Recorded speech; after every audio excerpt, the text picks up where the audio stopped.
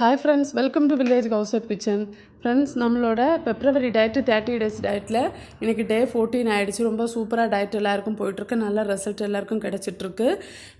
அதே மாதிரி நிறைய கமெண்ட்ஸில் எனக்கு மோஸ்ட்லி இப்போ வர்றது என்ன அப்படின்னா, நாங்கள் டயட்டு ஃபாலோ பண்ணிகிட்ருக்கோம் சிஸ்டர், ஸ்ட்ரிக்டாக ஃபாலோ பண்ணிகிட்ருக்கோம், நல்ல வெயிட் லாஸ் ஆகிட்டு இருந்துச்சு, இப்போ ஒரு 4 நாளாக வெயிட் லாஸ் ஆகலை, இல்லை ஒரு 2 நாளாக வெயிட் லாஸ் ஆகலை, ஒரு 3 நாளாக வெயிட் லாஸ் ஆகலை, இந்த மாதிரி கமெண்ட்ஸ் வந்து எனக்கு நிறைய வருது.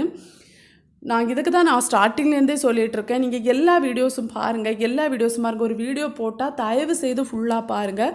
ஒவ்வொரு வீடியோஸ்லேயும் நான் சொன்ன விஷயத்தையே திருப்பி சொல்லணும் அப்படிங்கிறது ஒரு முடியாத ஒரு விஷயம்தான். ஏன்னா நம்ம ஆல்ரெடி ஷேர் பண்ண விஷயத்தையே திருப்பி பேசிகிட்ருக்கோம் அப்படின்னா புதுசாக அப்போ உங்களுக்கு எதுவுமே என்கிட்ட சொல்கிறதுக்கும் இருக்காது, நீங்கள் தெரிஞ்சுக்கிறதுக்கும் இருக்காது. ஸோ எல்லா வீடியோஸும் பாருங்கள் அப்படின்னு நான் இங்கே தான் சொல்லிகிட்டே இருக்கிறேன். என்ன அப்படின்னா, உங்களுக்கு இப்போ ஒரு 10 days நீங்கள் ஃபாலோ பண்ணிகிட்ருக்கீங்க, உங்களுக்கு வெயிட் லாஸ் ஆகிட்டுருக்கு, ஒரு இடையில் ஒரு 3-4 நாள் வெயிட் லாஸ் ஆகலை அப்படின்னா நீங்கள் பயப்பட வேண்டாம். வெயிட் லாஸ் ஆகும், நம்ம பாடி வந்து டெய்லி வெயிட் லாஸ் ஆகும் அப்படியெல்லாம் சொல்ல முடியாது. கொஞ்சம் ரெஸ்ட் எடுக்கும். இப்போ ஒரு 2-3 கிலோ குறைச்சதுக்கப்புறமா கொஞ்சம் ரெஸ்ட் எடுக்கும், அதுக்கப்புறமா எகெயின் வெயிட் லாஸ் ஆகும். ஸோ நீங்கள் வந்து இதை புரிஞ்சுக்கணும்.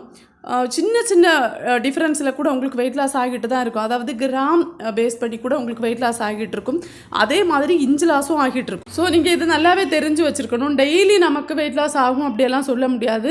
இடையில் ஒரு 2-3 நாள் ரெஸ்ட் எடுத்துக்கும், அது கேப் விட்டுக்கும். ஸோ நீங்கள் பயப்படவே வேண்டாம். உங்களுக்கு ஓரளவு நல்லா வெயிட் லாஸ் ஆனதுக்கப்புறமா தான் வெயிட் லாஸ் ஸ்டாப் ஆகும். நீங்கள் அதனால் பயப்பட வேண்டாம். நீங்கள் டயட் ஃபாலோ பண்ணலாம், தைரியமாக ஃபாலோ பண்ணிகிட்டே இருங்க. நீங்கள் செய்ய வேண்டிய விஷயத்தை நீங்கள் கரெக்டாக செஞ்சீங்கன்னா அதுக்கான பலன் கண்டிப்பாக உங்களுக்கு கிடைக்கும். நீங்கள் எக்ஸசைஸோ வாக்கிங்கோ இல்லை ஃபுட் கண்ட்ரோலை செஞ்சிட்ருக்கீங்க அப்படின்னா, அது கரெக்டாக செஞ்சிட்ருக்கீங்கன்னா அதுக்கான பலன் கிடைக்கும். அதே மாதிரி ஒரு சிலர் வந்து நான் ரொம்ப ஸ்ட்ரிக்டாக டயட் ஃபாலோ பண்ணிகிட்ருக்கேன், எனக்கு வெயிட் லாஸ் ஆகவே இல்லை அப்படின்னு சொல்லுவாங்க. மார்னிங் டு நீங்கள் நைட்டு டின்னர் வரைக்கும் என்னென்ன சாப்பிட்றீங்க அப்படின்னு எனக்கு தெரியாது. நீங்கள் அது கரெக்டாக சொன்னால் மட்டும்தான் எனக்கு தெரியும். நீங்கள் அதை விட்டுட்டு நான் ஸ்ட்ரிக்டாக டயட் ஃபாலோ பண்ணிகிட்ருக்கேன், வெயிட் லாஸ் ஆகலை அப்படின்னு சொல்கிறது எனக்கு புரியவே மாட்டேங்குது. ஸோ நீங்கள் அப்படி உங்களுக்கு எந்த மாதிரி ஃபுட்டு நீங்கள் எடுத்துகிட்ருக்கீங்க அப்படிங்கிறத நீங்கள் என் கூட ஷேர் பண்ணுங்கள். அப்போ தான் எனக்கு தெரியும் நீங்கள் இந்த ஃபுட் எடுத்துகிட்ருக்கீங்க, அது ஏன் வெயிட் லாஸ் ஆகலை, அந்த மாதிரி விஷயங்கள் எனக்கு தெரியும். நீங்கள் ஒரு வேளை வந்து நான் சொல்கிற விஷயங்கள் கரெக்டாக ஃபாலோ பண்ணாமல் இருக்கலாம், இல்லை நீங்களாகவே ஏதாவது ஒரு உணவு எடுத்துக்கலாம், ஏதாவது கார்போஹைட்ரேட் அதிகமாக இருக்க ஏதோ ஒரு உணவு நீங்கள் எடுத்துகிட்டு இருக்கலாம், அதனால் வெயிட் லாஸ் ஆகாமல் இருக்கலாம். இல்லை வந்து உங்களுக்கு தைராய்டு, பிசிஓடி இந்த மாதிரி ப்ராப்ளம்ஸ் இருக்கலாம். அந்த மாதிரி ப்ராப்ளம் இருக்கிறவங்க டேரி ஃப்ரீ ப்ராடக்ட்ஸ் தான் இங்கே எடுக்கணும். ஸோ நீங்கள் டேரி ப்ராடக்ட்ஸ் எடுக்கிறதுனால வெயிட் லாஸ் ஆகாமல் இருக்கலாம். இந்த மாதிரி நிறைய ப்ராப்ளம்ஸ் இருக்குது. ஸோ நீங்கள் இது தெளிவாக சொன்னால் மட்டும்தான் எனக்கு புரியும். நீங்கள் மேலோட்டமாக சொன்னீங்க அப்படின்னா எனக்கு கண்டிப்பாக தெரியவே செய்யாது.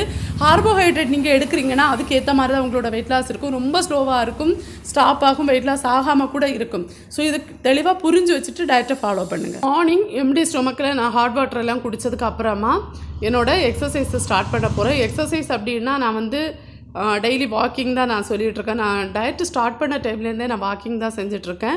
எனக்கு ஸ்கின் லூஸ் ஆச்சா அந்த மாதிரியெல்லாம் நீங்கள் கேட்குறீங்க. எனக்கு அந்த மாதிரி எந்த ப்ராப்ளமும் இருந்தது கிடையாது. ஏன்னா வாக்கிங் பண்ணுறப்போ நல்ல கையை வந்து நல்லா வீசி நான் வாக் பண்ணுவேன்.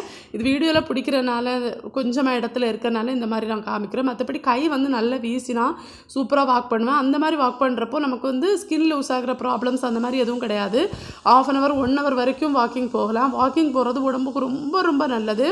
உங்களுக்கு வெயிட் லாஸ் ஆகணும் அப்படின்னா வாக்கிங்கை விட ஒரு நல்ல எக்ஸசைஸ் எதுவுமே இருக்க முடியாது. நம்ம ஃபுல் பாடி வந்து அந்த அளவு சூப்பராக நல்ல ஒர்க் ஆகுதா, நல்ல எஃபெக்டிவான ஒரு எக்ஸசைஸ். அது மட்டும் கிடையாது, நமக்கு வந்து வாக்கிங் போகிறப்ப இப்போ நீங்கள் வெளியெல்லாம் வாக்கிங் போகிறீங்க அப்படின்னா நம்ம கண் வெளியே நிறைய விஷயங்களை பார்க்குறோம். அது வந்து நம்ம மூளை ஏற்றுக்குது. அதே நமக்கு ஒரு நல்ல எக்ஸசைஸ். நம்ம அந்த மூளை வந்து ரொம்ப ஹாப்பியாக ஃபீல் பண்ணணும். நம்ம வெளியே 4 பேரை பார்க்குறோம், வெளியே போகிறப்போ வாக் பண்ணுறப்போ பேசுகிறோம், சிரிக்கிறோம். ஸோ இந்த மாதிரி நிறைய விஷயங்கள் நடக்கும். நம்ம வாக்கிங் போகிறப்போ நல்ல அழகான விஷயங்கள் பார்க்குறோம். இதெல்லாமே நமக்கு ரொம்ப ரொம்ப ஒரு வித்தியாசமான ஒரு ஃபீலாக இருக்கும். இதெல்லாமே நம்ம மைண்டை வந்து நல்லா ஃப்ரீயாக வச்சுக்க உதவும். நல்ல தூக்கம் வரும். இந்த மாதிரி நல்ல ஒரு எஃபெக்டிவான எக்ஸசைஸ் அப்படின்னா வாக்கிங் தான்.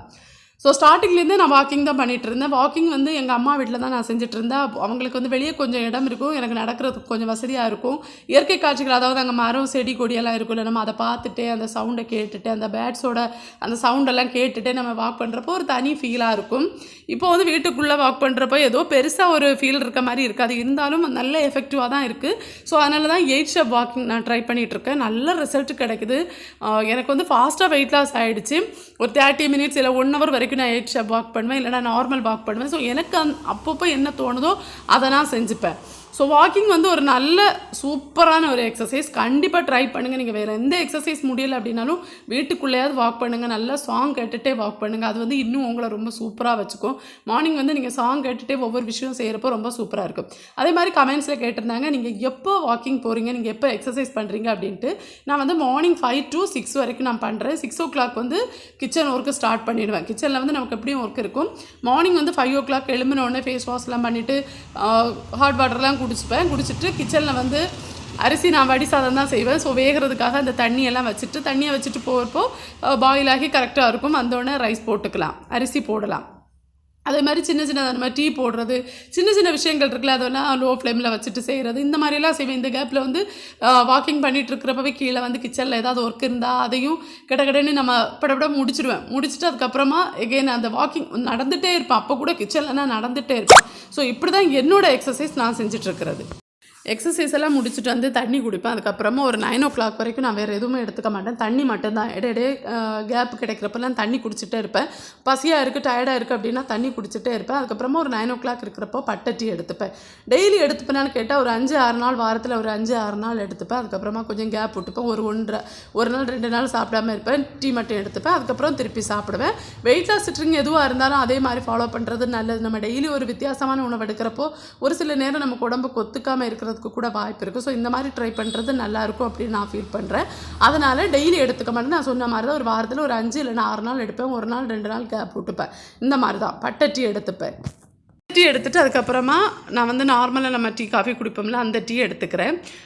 டீ சாப்பிடாம எனக்கு ரொம்ப ஒரு மாதிரியாக இருக்குது. ஸோ அதனால் இப்போ நான் வந்து திருப்பியும் மார்னிங் வந்து டீ எடுக்க ஆரம்பிச்சிருக்கேன். 1 கப் டீ, அது கூட ஒரு கொய்யா கட் பண்ணி வச்சுருக்கேன். ஒரு கொய்யா கூட சாப்பிட்றேன். இது என்னோட மார்னிங் பிரேக்ஃபாஸ்ட். இதுக்கு இடைப்பட்ட நேரம் வந்து ஒரு மாதிரி டயர்டாக இருக்கிறப்போ தண்ணி குடிப்பேன். அதுக்கப்புறமா நட்ஸ் ஒரு கைப்பிடி அளவுக்கு நட்ஸ் இருக்குது அப்படின்னா எடுத்துப்பேன். லஞ்சுக்கு இன்றைக்கி முள்ளங்கி ரைஸ் செய்ய போகிறேன். ஆல்ரெடி இந்த வீடியோ நான் உங்கள் கூட ஷேர் பண்ணியிருக்கேன். ஸோ பார்க்காதவங்க பாருங்கள், லிங்க் கொடுக்குறேன், செக் பண்ணிக்கோங்க ஃப்ரெண்ட்ஸ். இந்த முள்ளங்கி ரைஸ் செய்கிறதுக்காக ஒரு சின்ன துண்டு பட்டர் எடுத்திருக்கேன். பட்டர் ஒரு ஸ்பூன், 1.5 ஸ்பூன் இருக்கும், அந்த அளவுக்கு பட்டர் எடுத்திருக்கேன். பட்டர் போட்டு பட்டர் வந்து நல்லா மெல்ட் ஆனதுக்கு அப்புறமா முள்ளங்கி ஒரு 2 முள்ளங்கி எடுத்து நல்லா துருவி வச்சுருக்கேன். அந்த முள்ளங்கி எடுக்கிறேன். வேணும்னா அந்த தண்ணியை பிழிஞ்சிட்டு கூட போடலாம். நான் அப்படியே தான் போட்டிருக்கேன். முள்ளங்கியோட ஸ்மெல் பிடிக்காதவங்க அந்த தண்ணியை நல்லா புழிஞ்சுக்கோங்க, அப்போ அந்த ஸ்மெல் இருக்காது. இப்போது துருவி வச்சுருக்க முள்ளங்கியை ஃபுல்லாக சேர்த்துட்டு உப்பு போட்டு நல்லா வதக்கிக்கோங்க. இந்த பட்டரில் வந்து இந்த முள்ளங்கி நல்லா வதங்கணும். ஸோ அந்த அளவுக்கு நல்லா வதக்கிக்கோங்க. இது நல்லா வேகட்டும்.